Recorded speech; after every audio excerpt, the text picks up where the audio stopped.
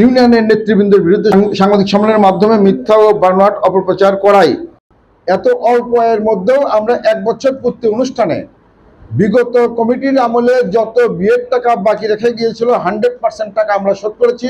এই মুহূর্তে বগুড়া মোটর শ্রমিক ইউনিয়নের কোনো একটা শ্রমিক বলতে পারবেন না যে তার কাবিননামা অফিসে জমা আছে। আমরা যখন দায়িত্ব গ্রহণ করি তখন লিখিত ছিল 1,09,00,000 টাকা, যার ডকুমেন্ট আমার কাছে লিখিত। আগের সাধারণ সম্পাদকের স্বাক্ষরিত লিখিত 1,09,00,000 টাকা দেনা রেখে যায়, তার ভিতরে মৃত্যুবিয়ের টাকাও এবং নানান টাকা আছে। এবং আমরা এই কমিটি নির্বাচিত হওয়ার পর এত অল্প আয়ের মধ্যেও আমরা 1 বছর পূর্তি অনুষ্ঠানে বিগত কমিটির আমলে যত বিয়ের টাকা বাকি রেখে গিয়েছিল 100% টাকা আমরা শোধ করেছি। এই মুহূর্তে বগুড়া মোটর শ্রমিক ইউনিয়নের কোনো একটা শ্রমিক বলতে পারবেন না যে তার কাবিননামা অফিসে জমা আছে। বগুড়া জেলা মোটর শ্রমিক ইউনিয়নের 13তম ত্রিবার্ষিক সাধারণ সভা অনুষ্ঠানের বিষয়ে সাধারণ সদস্যদের জ্ঞাতার্থে সাংবাদিক সম্মেলন।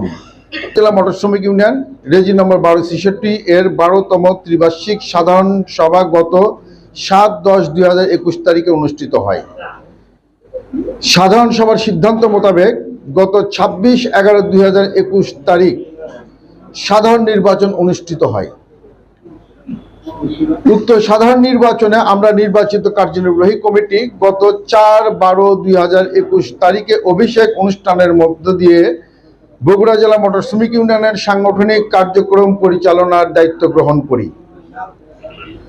আমরা দীর্ঘ প্রায় 3 বছর যাবৎ সুষ্ঠু সুন্দরভাবে সাংগঠনিক কার্যক্রম পরিচালনা করে আসছি।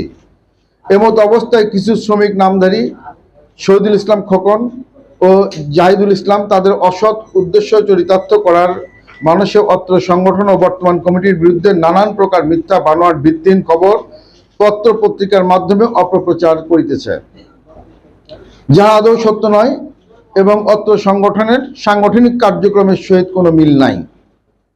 প্রত্যেক কমিটির মেয়াদকালীন সময়ে শহীদুল ইসলাম খোকন ও জাহিদুল ইসলাম ইউনিয়নের নেতৃবৃন্দের বিরুদ্ধে সাংবাদিক সম্মেলনের মাধ্যমে মিথ্যা ও বানোয়াট অপপ্রচার করাই প্রত্যেকবারই তাদেরকে সংগঠন থেকে বহিষ্কার করা হয় এবং নেতৃবৃন্দ সাধারণ শ্রমিকের হাতে লাঞ্ছিত হয়। যাহা পত্রিকায় প্রকাশিত হয় তাহার কিছু স্থির চিত্র সংযুক্ত করা হইল।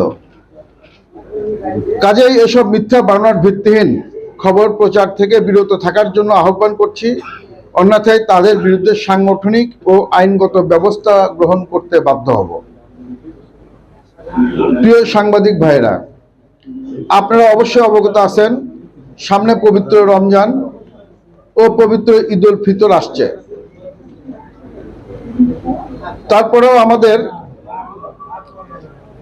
গত সাধারণ সভার প্রতিশ্রুতি মোতাবেক আমরা অত্র সংগঠনের সংবিধানে বর্ণিত নিয়ম অনুযায়ী বর্তমান কমিটির মেয়াদ 3 বছর পূর্ণ হওয়ার পূর্বেই বগুড়া জেলা মোটর শ্রমিক ইউনিয়নের কার্যনির্বাহী কমিটির কর্মকর্তা, সাবেক কর্মকর্তা এবং 12তম অর্থাৎ এর আগের নির্বাচন যেটা হয়েছে 12তম ত্রিবার্ষিক সাধারণ নির্বাচনে অংশগ্রহণকারী প্রতিদ্বন্দ্বী প্রার্থীর সমন্বয়ে গত 25/11/2024 তারিখ সোমবার সকাল 10 ঘটিকায় ইসলামপুর হরিগাড়ি অত্র ইউনিয়নের মোটর ড্রাইভিং ট্রেনিং স্কুল সেন্টারে সম্মেলন কক্ষে ইউনিয়নের 13তম ত্রিবার্ষিক সাধারণ সভা অনুষ্ঠানের বিষয়ে এক মত বিনিময় সভা অনুষ্ঠিত হয়।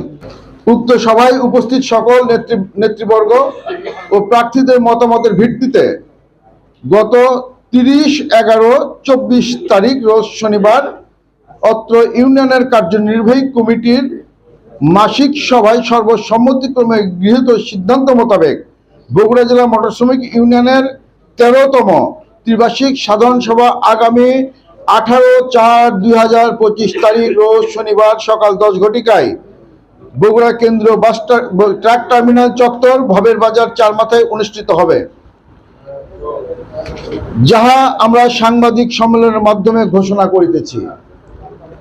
কাজেই সকল সাধারণ শ্রমিকগণকে কাহারও কোনো মিথ্যা কথায় কান না দিয়ে বা বিভ্রান্ত না হয়ে আগামী অনুষ্ঠিত সাধারণ সভায় উপস্থিত হয়ে সাধারণ সভাকে সাফল্যমণ্ডিত করার জন্য সকল শ্রমিকগণকে আন্তরিকভাবে অনুরোধ করছি।